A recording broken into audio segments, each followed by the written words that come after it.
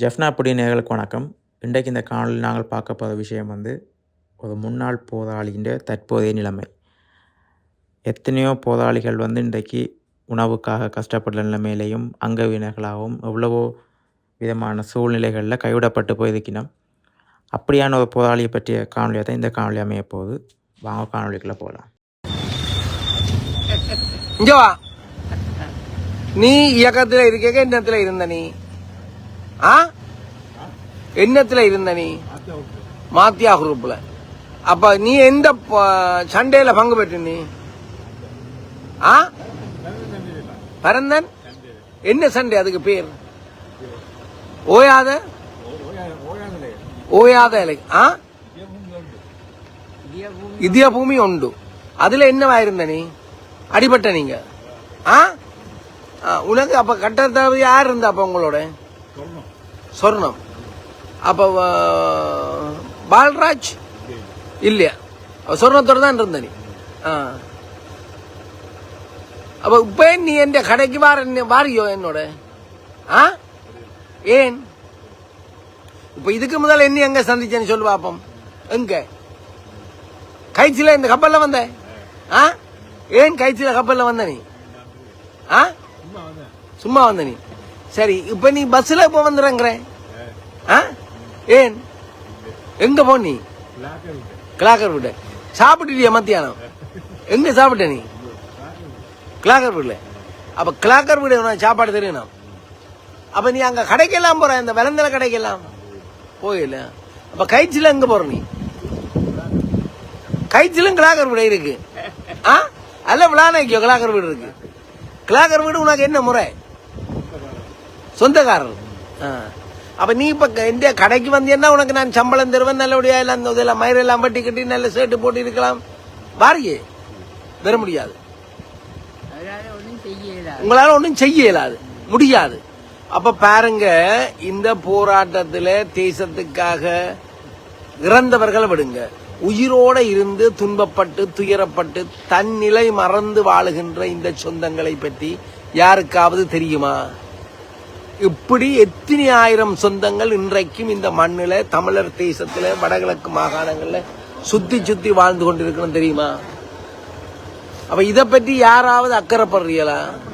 அப்ப இவர்களின் நல்வாழ்வுகள் பற்றி இவர்களுக்கு நல்ல வாழ்க்கை அமைச்சு கொடுக்கணும் அல்லது இவர்களை சரியான மருத்துவர்கிட்ட கூட்டிக் கொண்டு போய் அவர்களை ஒரு சாதாரண மனிதர்களாவது வாழ வைக்கணும்ன்றது யாருக்காவது எண்ணங்கள் உண்டா?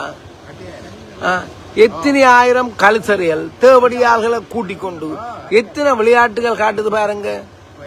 சொந்தமில்லாத உரிமை கோர முடியாத தேசிய தலைவற்ற பேரை கூட பாவிக்குது இல்லையா?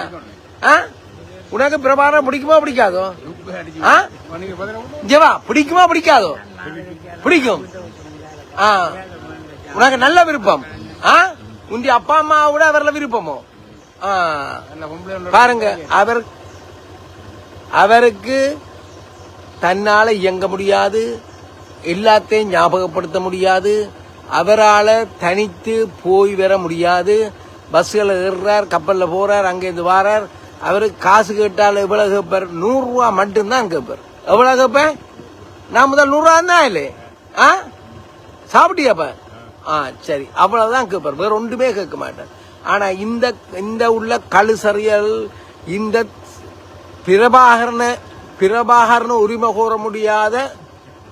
கோர முடியாத இந்த சொந்தங்களை பற்றி அக்கறைப்படாத மிருகத்தனமான மனுஷர்கள் எல்லாம் எங்கட தேசிய தலைவரை உரிமை கோருவார். இவர் தான் உரிமை கோரக்கூடிய ஆள். அந்த அவற்ற படையணியில இருந்த நீ என்ன படையணியில இருந்த நீ? இம்ரான் பாண்டியன் படையணியில இருந்தவர். பாண்டியன் எங்க செத்தவன்?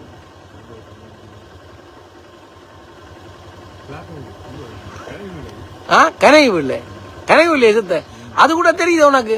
பாண்டியன் கனைவுல செத்தவன். இம்ரான் பாண்டியன் படையணியில இருந்தவர். இந்திய தேச ராணுவங்கள் வந்த சந்தர்ப்பத்தில் இந்த பூமியில கட்டள தளபதியா இருந்த பாண்டியன் கனைவுல செத்தவன்.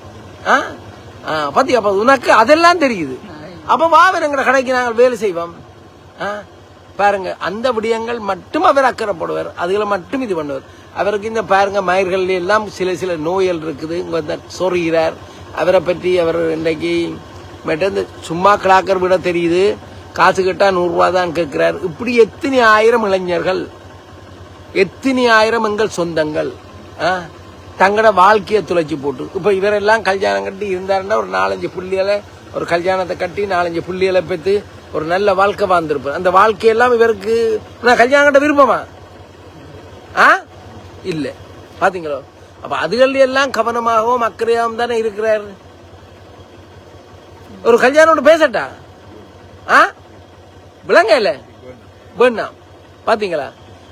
எந்த விஷயங்கள்ல கவனமாகவும் அக்கறையாகவும் இன்றைக்கும் ஒழுக்கமாகவும் தான் இருக்கிறார். சாராயம் அடிப்பா இல்ல, சாராயம் அடிக்க மாட்டாராம். பாத்தீங்களோ? அப்ப இப்படி ஒரு தங்கமான எங்கட சொந்தங்கள் நில தடுமாறி தங்கட நிலை அறியாமல் தன்னிலை உணர முடியாமல் எத்தனை ஆயிரம் பேர் இருக்கணும். இது யாருக்காவது தெரியுமோ? எங்கட தேசத்தை பற்றி கதைக்கிற எந்த ஒரு மனுஷனுக்காவது விளங்குமோ? நீங்கள் உங்களுக்கு எல்லாம் காசு கேட்டோன்னே லட்ச ரூபாய் கேட்கிறவனும் 10,000 ரூபாய்களை வேண்டி நிற்கிறவனும் அப்படி இப்படி என்று பொய்ய சொல்லி அதை வேண்டித்தா இதை வேண்டித்தான்ற மனிதரும் தான் உங்களுக்கு கண்டுபிடிப்பீங்க. இந்த 100 ரூபாய் மட்டும்தான் கேட்கிற உங்க பேர் என்ன? இயக்க பேர் என்ன? ஈழவாணன். ஈழவாணனை தெரியுமோ? 100 ரூபாய் மட்டும்தான் கேட்கிற ஈழவாணனை தெரியுமோ? அப்ப இந்த ஈழவாணன் வாழ்க்கை எப்படி போச்சுன்னு நீங்க பாக்குறீங்களோ? இப்பேற்பட்ட சொந்தங்கள், இப்பேற்பட்ட உறவுகள், இப்பேற்பட்ட இளைஞர்களின் வாழ்க்கை எப்படியெல்லாம் மாறிவிட்டது. இதை பற்றி சிந்திக்க ஒரு இனமில்லை, மனிதர்கள் இல்லை. ஏதோ விடுதலையும் விடுதலை தேசத்தையும் தலைவற்ற பேரையும் உரிமை கூறுற மனிதர்களாகத்தான்